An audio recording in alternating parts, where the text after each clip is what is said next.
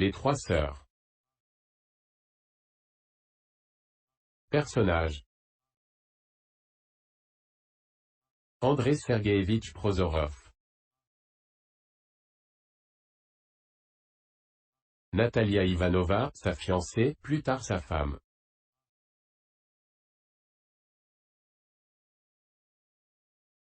Olga, Masha, Irina, ses sœurs.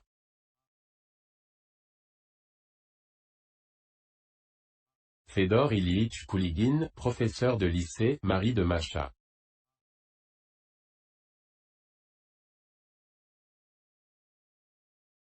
Alexandre Ignacievitch Vertchinin, lieutenant-colonel, commandant de batterie.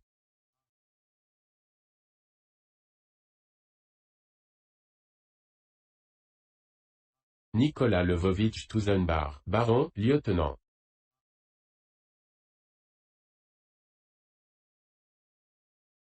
Vassili Vassilievitch Solioni, capitaine en second.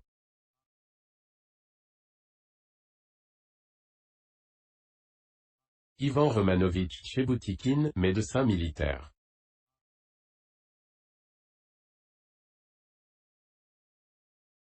Alexei Petrovitch Fedotik, sous-lieutenant.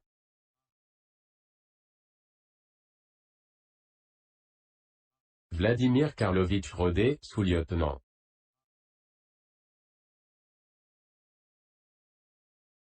Feraponte, gardien au conseil municipal du Zemstvo.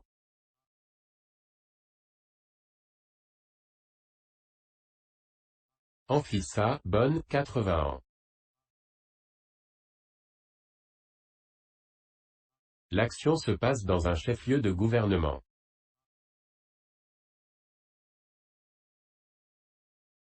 Acte 1er. Partie 1. La maison des Prozorov. Un salon à colonnades, derrière lesquelles on aperçoit une grande salle.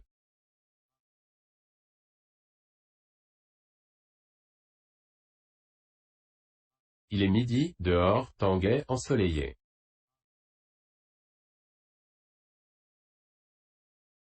Dans la salle, on dresse la table pour le déjeuner.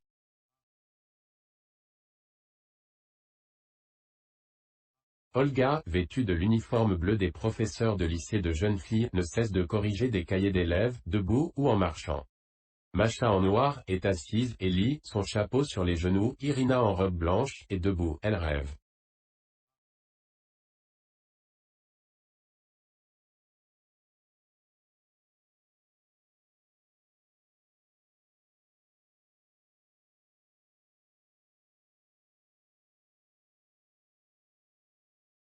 Olga. Notre père est mort, il y a juste un an aujourd'hui, le 5 mai, le jour de ta fête, Irina.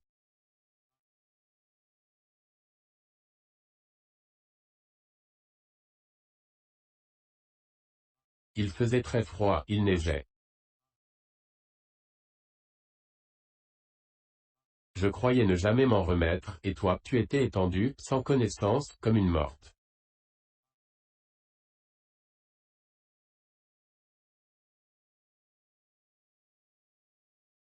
Mais un an a passé, et voilà, nous pouvons nous en souvenir sans trop de peine, tu es en blanc, et ton visage rayonne.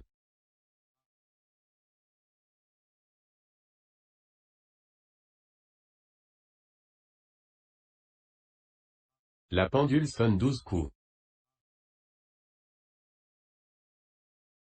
La pendule avait sonné ainsi. Un temps. Je me souviens, quand on a emporté le cercueil, la musique jouait, et au cimetière on a tiré des salves.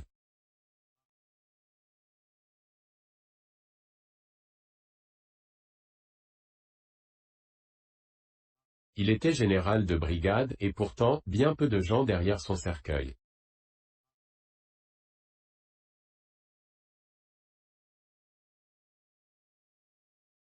Il est vrai qu'il pleuvait. Une pluie violente, et de la neige.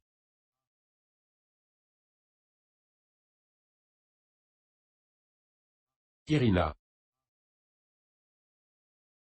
Pourquoi réveiller ses souvenirs? Derrière les colonnades, dans la salle, près de la table, apparaissent le baron Tuzenbach, Tcheboutikin et Solioni.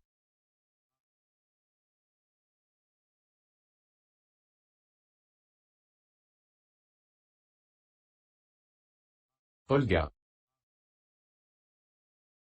Aujourd'hui il fait chaud, on peut laisser les fenêtres grandes ouvertes, mais les bouleaux n'ont pas encore de feuilles.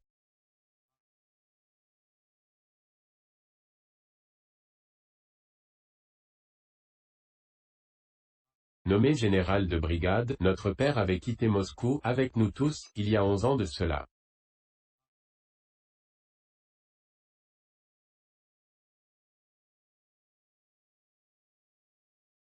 Mais je m'en souviens parfaitement. À cette époque, au début de mai, à Moscou, il fait bon, tout est en fleurs, inondé de soleil.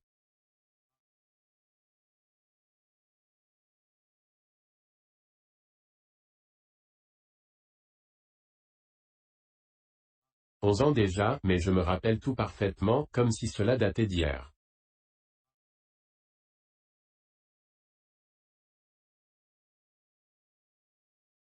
Mon Dieu, ce matin, au réveil, j'ai vu ces flots de lumière, j'ai vu le printemps, mon cœur s'est rempli de joie et du désir passionné de revenir dans ma ville natale.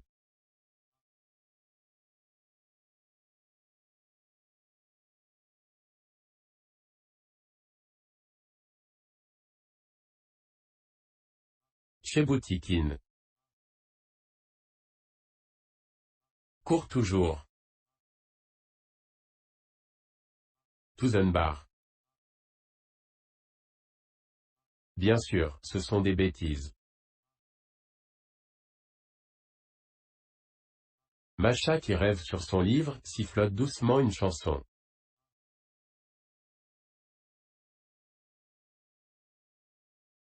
Olga.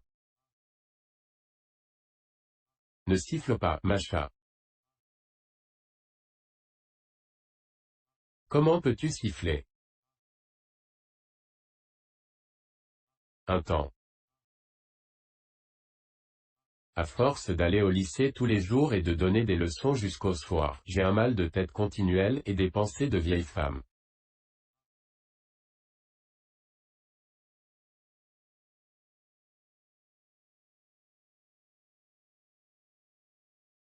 C'est vrai, depuis 4 ans, depuis que j'enseigne au lycée, je sens mes forces et ma jeunesse me quitter goutte à goutte, jour après jour.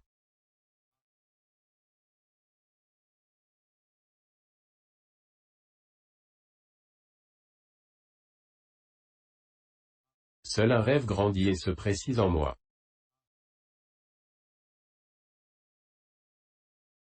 Irina. Partir pour Moscou. Vendre cette maison, liquider tout, et partir.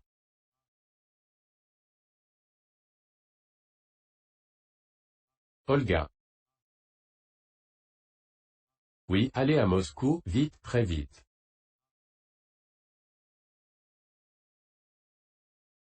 Tcheboutikin et Tuzenbach rient. Irina.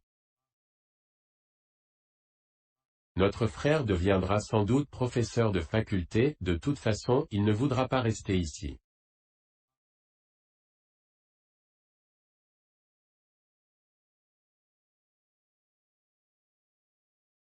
Le seul obstacle, c'est notre pauvre Macha.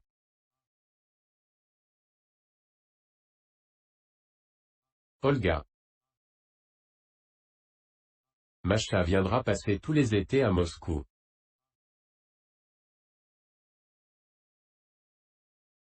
Macha sifflote doucement. Irina.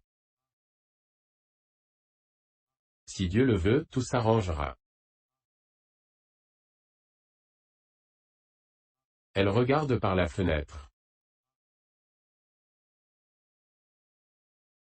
Il fait beau aujourd'hui. Je ne sais pourquoi, j'ai le cœur si léger. Ce matin, je me suis rappelé que c'était ma fête, et brusquement, une immense joie, toute mon enfance, quand maman vivait encore.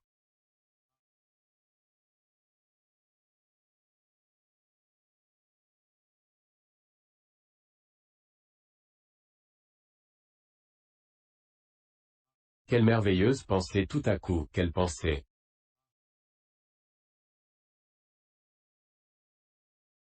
Olga. Aujourd'hui tu es rayonnante, incroyablement embellie.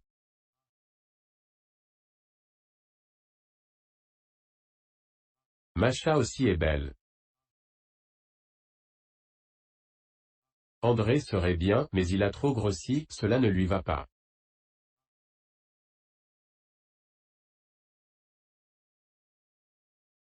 Moi, j'ai vieilli, j'ai beaucoup maigri, c'est toutes ces colères contre les filles au lycée.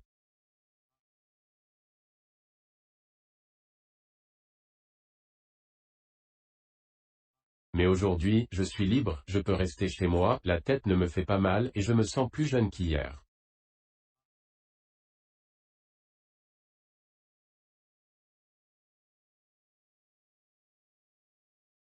Je n'ai que 28 ans, après tout. Tout est bien, tout vient de Dieu, mais il me semble que si j'étais marié, si je restais à la maison, ça vaudrait mieux.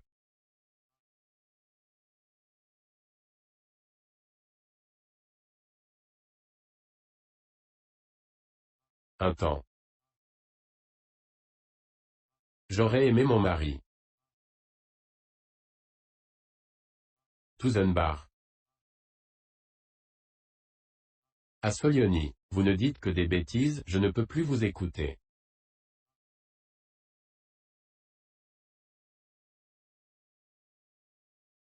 Il vient au salon, j'ai oublié de vous dire, vous aurez aujourd'hui la visite de Verchinin, notre nouveau commandant de batterie.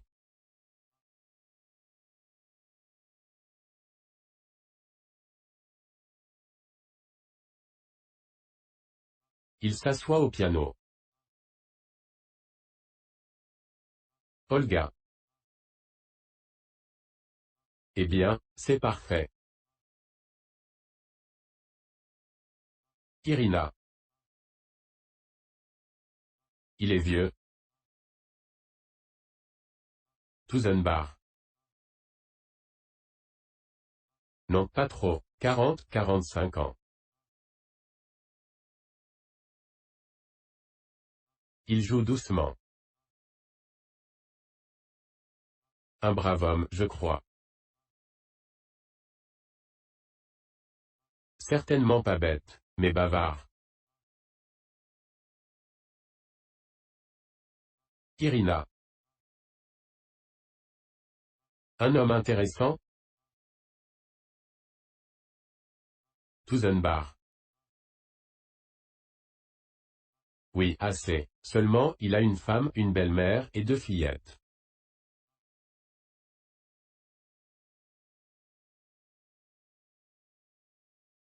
Et puis, c'est son second mariage. Ici, partout où il fait des visites, il raconte qu'il a une femme et 2 filles.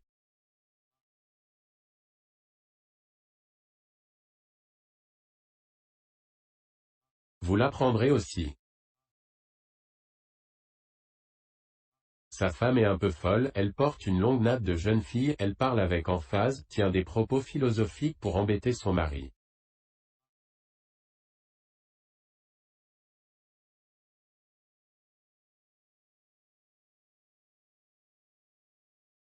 Moi, il y a longtemps que j'aurais fui un tel numéro, mais lui prend son mal en patience, et se contente de se plaindre.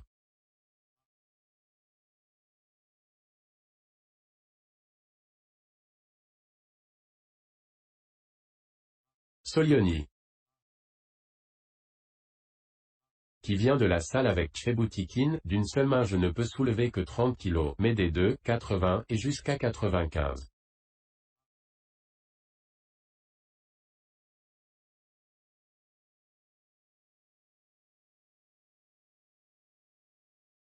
Conclusion, 2 hommes sont plus forts qu'un seul, non seulement 2 fois, mais 3, peut-être davantage.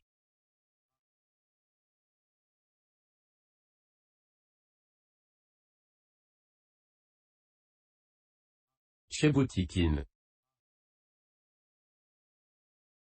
Lis son journal tout en marchant. Contre la chute des cheveux, prendre 10 grammes de naphtaline pour un demi-litre d'alcool, faire fondre et appliquer tous les jours.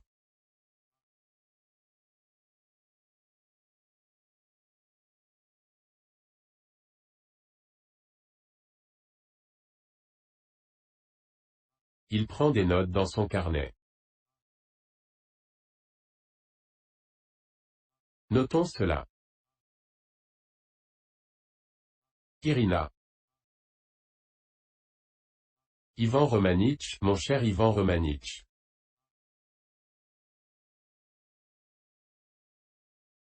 Cheboutikine. Et quoi, ma petite fille, ma joie? Irina. Dites-moi pourquoi je suis si heureuse aujourd'hui? Comme si j'avais des voiles et que au-dessus de moi s'étalait un ciel bleu, sans fin, où planeraient de grands oiseaux blancs.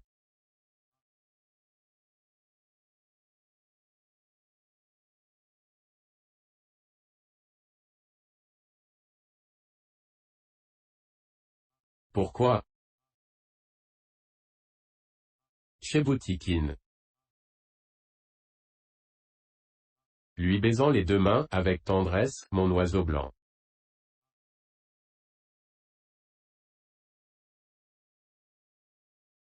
Irina. Ce matin, une fois debout et lavé, il m'a semblé brusquement que tout devenait clair, que je savais comment il faut vivre.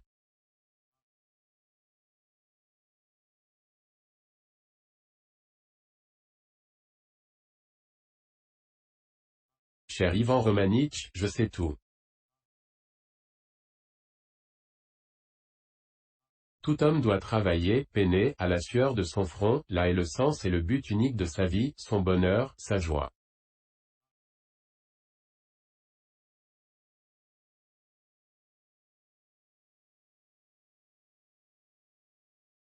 Heureux l'ouvrier qui se lève à l'aube et va casser des cailloux sur la route, ou le berger, ou l'instituteur qui fait la classe aux enfants ou le mécanicien qui travaille au chemin de fer.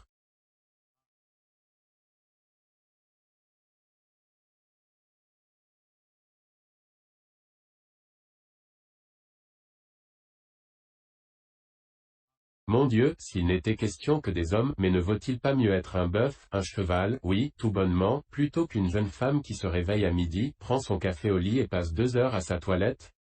Oh, c'est affreux.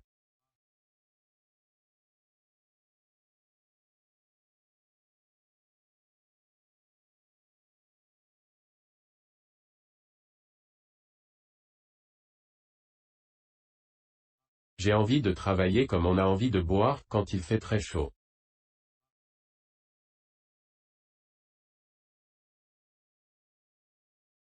Et si je ne me lève pas de bonne heure, si je continue à ne rien faire, retirez-moi votre amitié, Ivan Romanitch.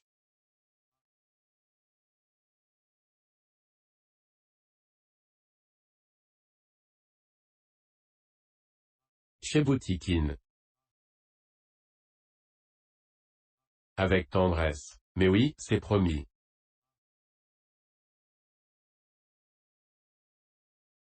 Olga. Père nous avait habitués à nous lever à 7 heures.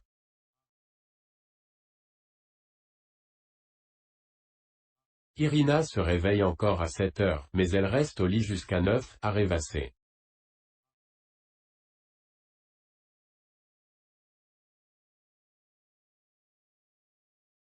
Et l'air qu'elle prend alors, est d'une gravité.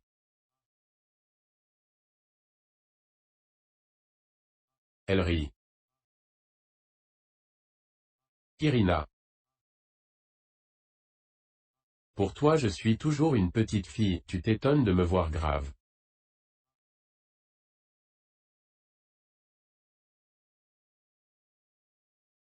J'ai 20 ans.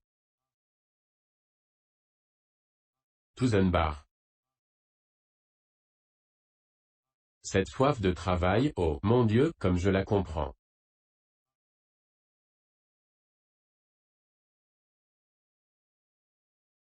Je n'ai jamais travaillé. Je suis né à Pétersbourg, ville froide et oisive, dans une famille qui n'a jamais connu ni peine ni souci.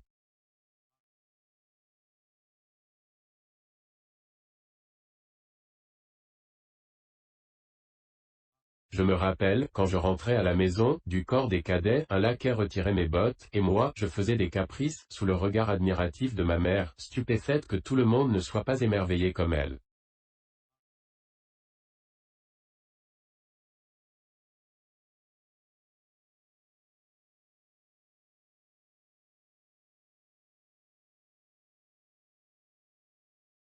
On m'a épargné tout travail, mais cela va-t-il durer? J'en doute, j'en doute.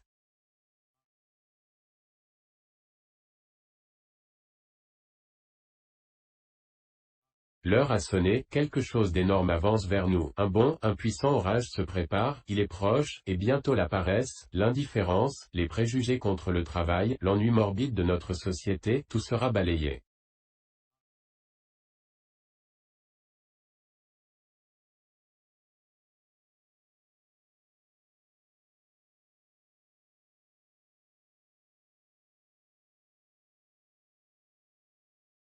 Je vais travailler, et dans 25 ou 30 ans, tous les hommes travailleront.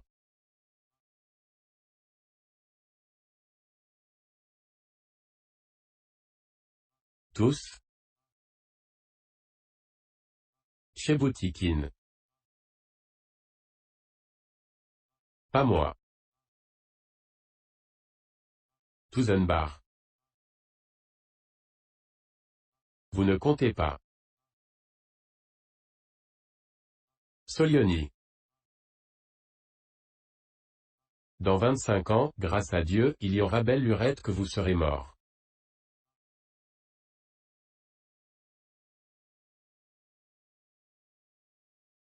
D'un coup de sang, dans 2 ou 3 ans, ou bien c'est moi qui perdrai patience et vous logerez une balle dans le front, mon ange, il tire de sa poche un flacon de parfum et s'en asperge la poitrine et les mains.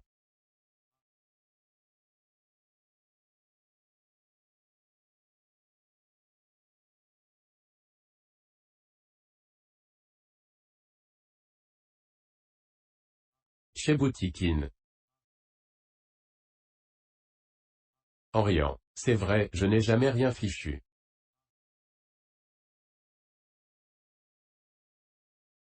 Depuis que j'ai quitté l'université, je n'ai pas remué le petit doigt, pas lu un seul livre, rien que des journaux.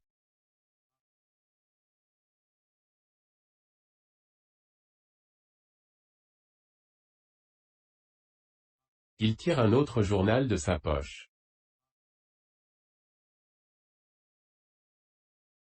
Voilà, je sais d'après les journaux qu'un certain Dobroliubov a existé, mais qu'a-t-il écrit? Aucune idée.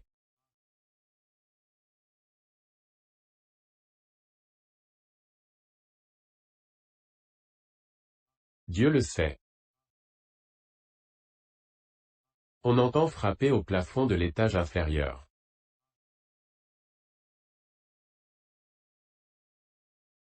Voilà, on m'appelle en bas, quelqu'un m'attend.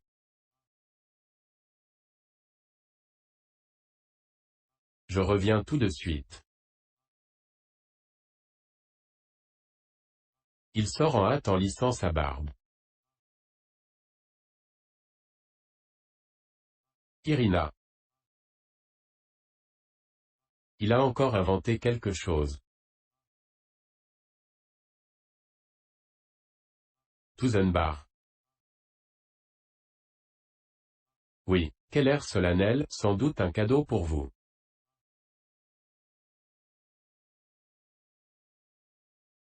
Irina. Que c'est pénible. Olga. Oui, c'est affreux. Il ne fait que des bêtises. Macha. Au bord de l'anse, un chêne vert. Autour du chêne, une chaîne d'or. Autour du chêne, une chaîne d'or. Elle se lève en chantonnant doucement. Olga. Tu n'es pas gai aujourd'hui, Macha. Masha met son chapeau tout en chantonnant. Où vas-tu? Masha. À la maison.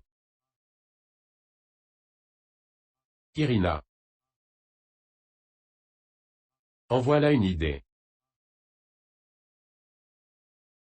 Tusenbach. Partir ainsi un jour de fête.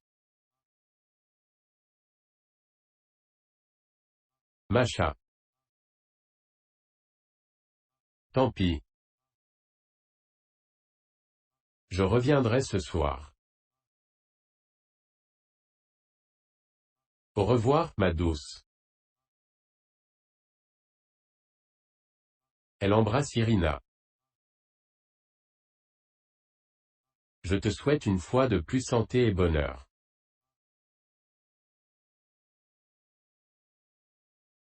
Du temps de notre père, un jour de fête, il venait jusqu'à 30 ou 40 officiers chez nous. Quelle animation, mais aujourd'hui, il n'y a qu'une personne et demie, et tout est calme, un vrai désert.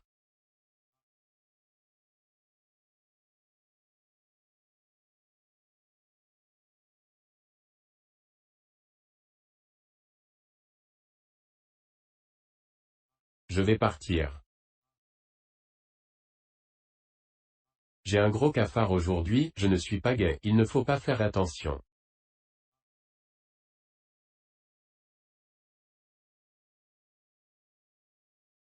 Riant à travers les larmes, nous bavarderons plus tard, pour l'instant, adieu, ma chérie, j'irai n'importe où.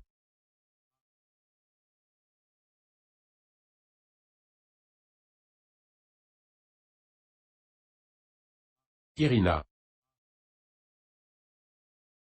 Mécontente. Voyons, qu'est-ce que tu as?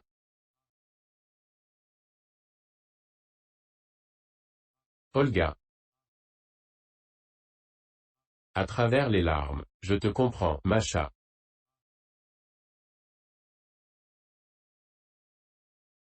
Solioni. Quand un homme se met à philosopher, cela donne de la philosophistique, ou de la sophistique, si vous voulez, mais si c'est une ou deux femmes, alors ça tombe dans le tire-moi par le doigt.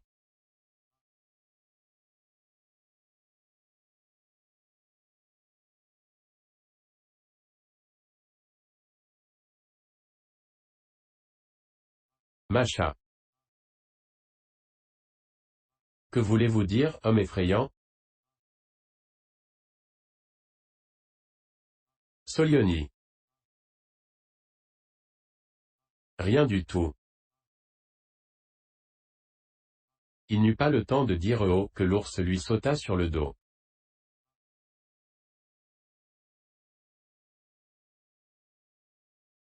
Un temps.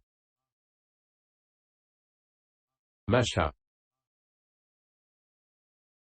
À Olga, avec colère. Cesse de chialer.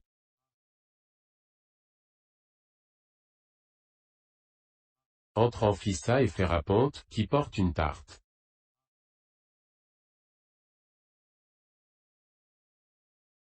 Amphissa.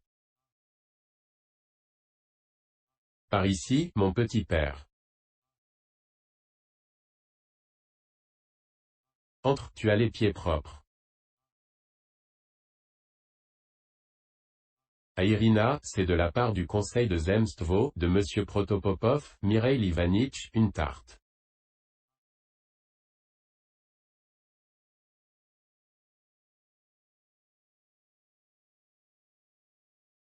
Irina. C'est bon. Remercie-le de ma part.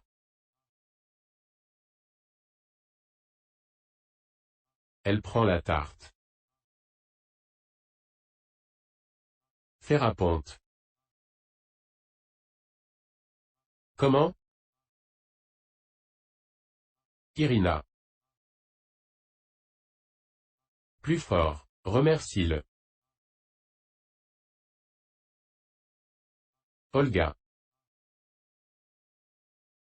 Ma petite nounou, donne-lui du pâté. Va, Féraponte, on te donnera du pâté.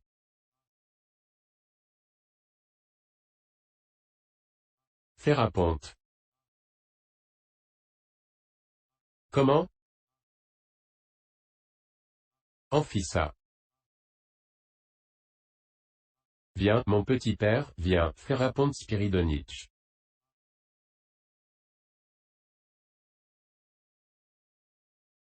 Viens avec moi. Amphissa et Ferapont sortent. Masha. Je n'aime pas ce Protopopov, Mikhail Potapitch ou Ivanitch, je ne sais plus.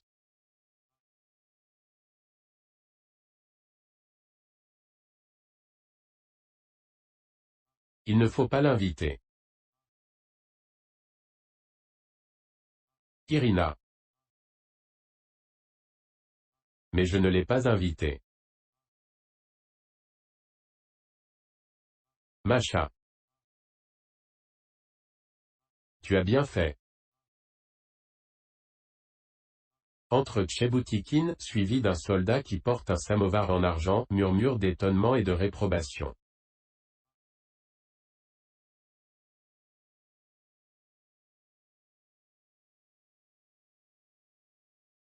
Olga.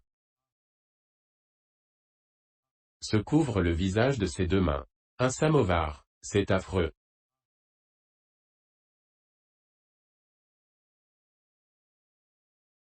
Elle va dans la salle. Irina. Ivan Romanitch, mon ami, qu'avez-vous fait?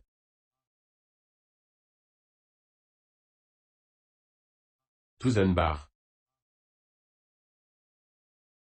En riant, qu'est-ce que je vous avais dit? Masha. Ivan Romanitch, vous devriez avoir honte.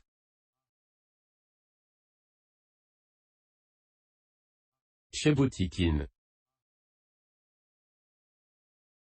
Mes chéris, mes bonnes petites filles, je n'ai que vous, vous êtes ce que j'ai de plus cher au monde.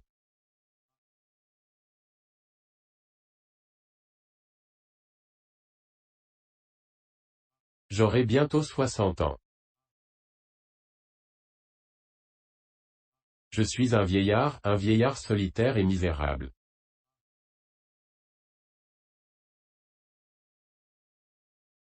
Cet amour pour vous, c'est tout ce qu'il y a de bon en moi, sans vous, il y a longtemps que je ne serai plus de ce monde.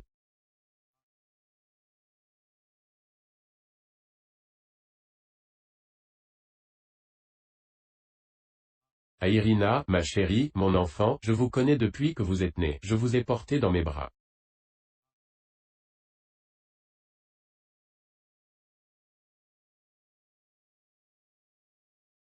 J'aimais votre pauvre maman. Irina. Mais pourquoi des cadeaux aussi coûteux? Tcheboutikin. Mi-ému, mi-fâché. Des cadeaux aussi coûteux. Laissez-moi tranquille, vous.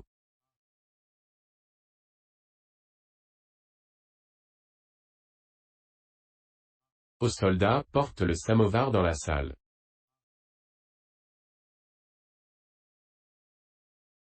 Des cadeaux aussi coûteux. L'ordonnance emporte le samovar.